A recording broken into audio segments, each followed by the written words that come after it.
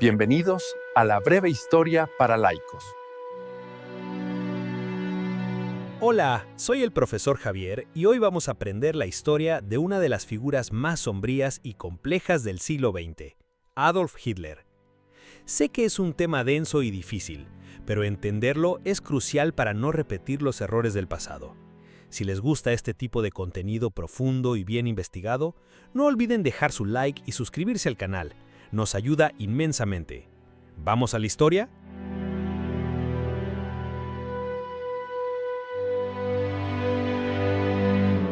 Adolf Hitler nació el 20 de abril de 1889 en Braunau am Inn, un pequeño pueblo de Austria, cerca de la frontera con el Imperio Alemán. Su infancia y juventud no fueron particularmente destacables, pero estuvieron marcadas por una relación tensa con su padre, Alois, un funcionario de aduanas, y un profundo afecto por su madre, Clara. Desde joven mostró interés por el arte, soñando con convertirse en un gran pintor. Con ese sueño en mente, se mudó a Viena en 1908. Imaginen a un joven de 18 años llegando a la vibrante capital del Imperio Austrohúngaro, esperando ser admitido en la prestigiosa Academia de Bellas Artes.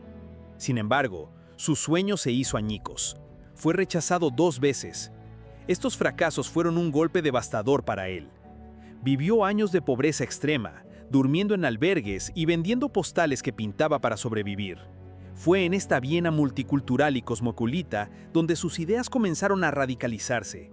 En ese crisol de nacionalidades, Hitler empezó a absorber y desarrollar un profundo antisemitismo y un nacionalismo alemán extremo, culpando a los judíos y a otras minorías de los problemas sociales y de su propio fracaso personal. Cuando estalló la Primera Guerra Mundial en 1914, Hitler vio una oportunidad. Se alistó como voluntario en el ejército alemán, a pesar de ser ciudadano austriaco. Para él la guerra fue una experiencia formativa. Sirvió como mensajero en el frente occidental, fue herido varias veces y recibió condecoraciones por su valentía. La camaradería del ejército le dio un sentido de pertenencia que nunca antes había sentido. Por eso, la derrota de Alemania en 1918 fue para él una traición, un shock incomprensible. Como muchos otros alemanes, creyó en la puñalada por la espalda. La idea de que Alemania no había sido derrotada militarmente, sino traicionada por políticos liberales, socialistas y sobre todo por los judíos desde dentro. Tras la guerra, en una Alemania humillada por el Tratado de Versalles y sumida en el caos de la República de Weimar, Hitler encontró su verdadera vocación, la política. En 1919 se unió al pequeño Partido Obrero Alemán, DAP, en Múnich. Rápidamente, su increíble talento para la oratoria lo convirtió en la figura central del partido. Sus discursos, cargados de odio, pasión y promesas de restaurar la grandeza de Alemania, atraían a multitudes de personas descontentas, veteranos de guerra, clases medias empobrecidas y todos aquellos que se sentían perdidos y traicionados.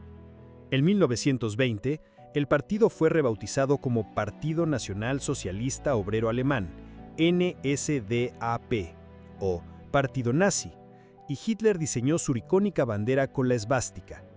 En 1923, sintiéndose lo suficientemente fuerte, intentó tomar el poder por la fuerza en el llamado Putsch de Múnich. El golpe fracasó estrepitosamente. Hitler fue arrestado y condenado a 5 años de prisión, aunque solo cumplió 9 meses. Este tiempo en la cárcel fue, paradójicamente, muy productivo para él. Allí escribió el primer volumen de Mein Kampf, Mi lucha, una mezcla de autobiografía y manifiesto ideológico donde exponía sus ideas racistas, su visión de un espacio vital, Lebensraum, para Alemania en el este de Europa, y su odio visceral hacia la democracia y el judaísmo. Al salir de prisión, Hitler cambió de estrategia.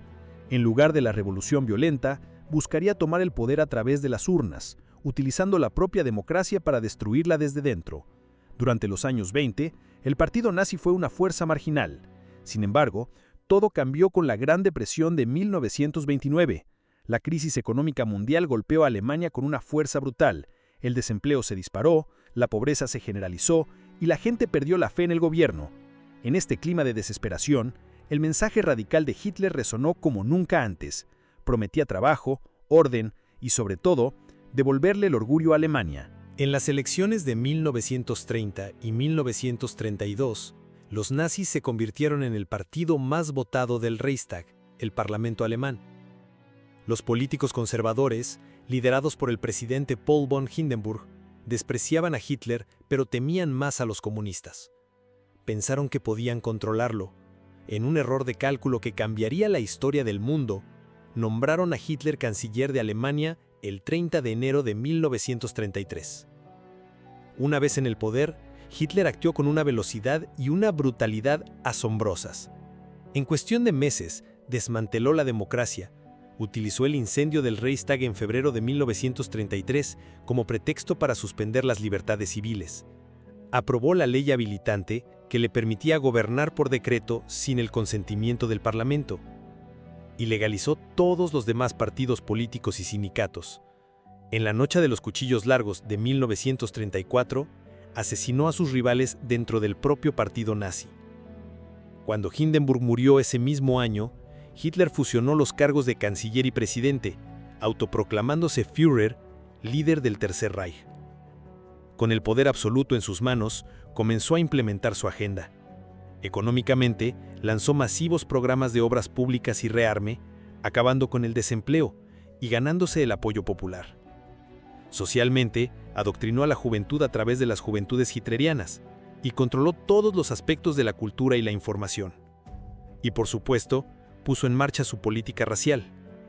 Las leyes de Nuremberg de 1935 privaron a los judíos de su ciudadanía y de sus derechos básicos.